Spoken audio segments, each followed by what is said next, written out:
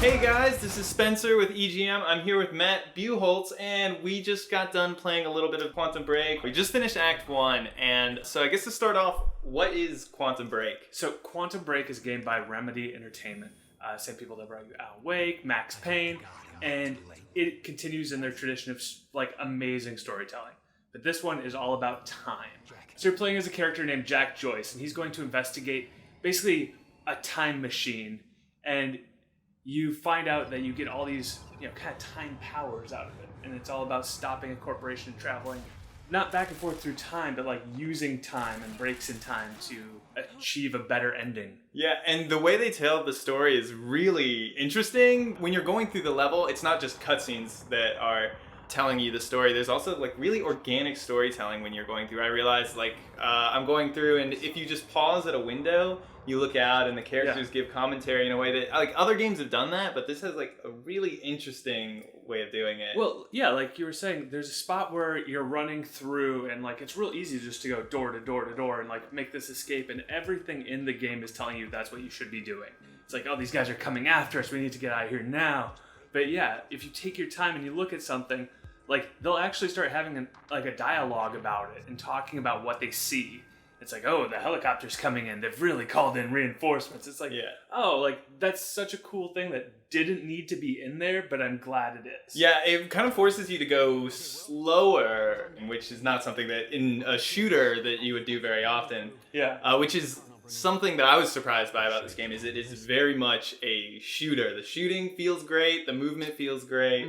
Why don't you talk about the way the game plays a little bit? Sure. So, I mean, you're like you said, you're controlled in the third person. Just the movement alone, like as you move, you take cover where you would like want to take cover. Like just by moving up to something low, you duck down. Like I like it a lot more than like where you have to tap to cover.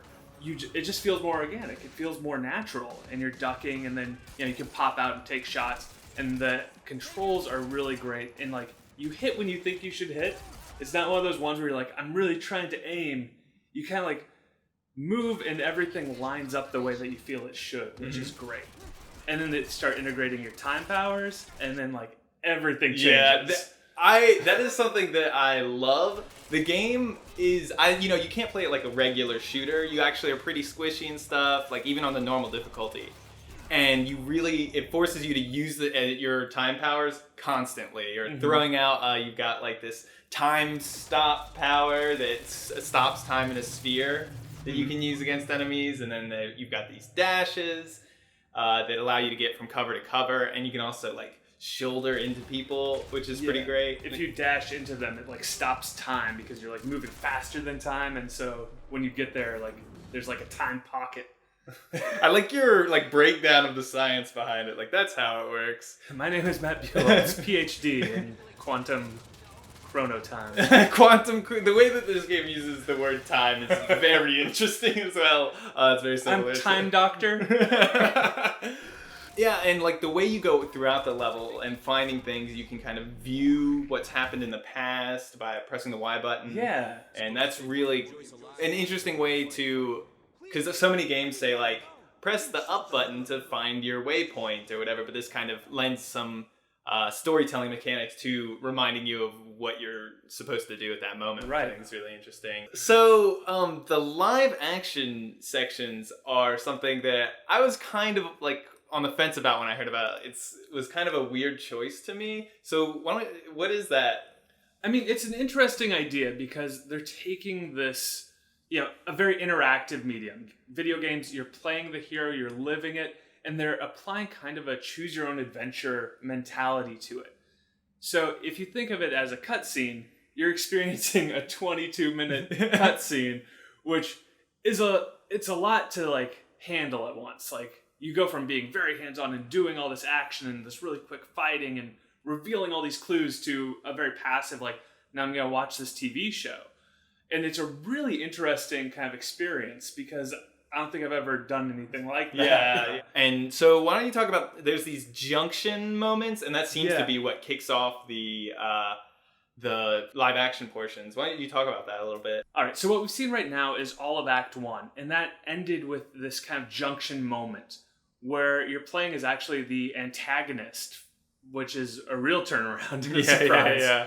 But you have to make a decision. And what's cool is the antagonist kind of has like, he's lived the future, whereas the protagonist is still coming from like the past and present. And so you have these two joinings of time. And so the junction moments, you're deciding like how you want time to play out. And you've kind of seen both. So when you make your actual decision with your junction powers, you're deciding like, hey, if I do this, I know that it's going to have these consequences. Whereas if I do this, it's going to have these consequences. And at this point, like right now, the consequences both ways are bad. Yeah. And you really end up kind of like being like, how do I really feel about it? Because like neither one is like a good choice. The moral gray area is very present. On both. Yeah. In the live action, what's your impression of just that choice? I like it because I like when people take a chance. Like I like seeing that, and whether it ultimately works or doesn't, like that's something to be found later. Like we haven't experienced enough of it, but I like the idea and like, you know, the balls to go for it. Like, it's pretty cool because, you know, the graphics, we've hit a point in technology where like the graphics look really good, and you can easily be like, oh, this person is this guy or this person is this guy, and like, you know, Lance Reddick, as soon as he appears on screen, you're like, oh yeah, that's Lance Reddick. Like I know not only that voice, which is so distinctive, but also like, oh yeah, that looks just like Lance Reddick. Yeah. And, overall, I think it's a pretty neat idea. I'm just intrigued to see how it continues to mix. Okay, well, I think that about covers it, right? Yeah. That's about everything. So if you like the video, then feel free to subscribe or leave a comment below. And if you're excited about the game. Yeah, if you have questions about Quantum Break, leave them down there and we'll answer them. Yeah, so the game comes out on April 5th for PC and Xbox One. Yeah, all part of that Windows Universal platform. Yeah. So that is it, yeah. All right, thanks for watching, guys. And make sure to check out egmnow.com for all your up-to-date news, reviews, previews, all the fun stuff. And thank you for watching.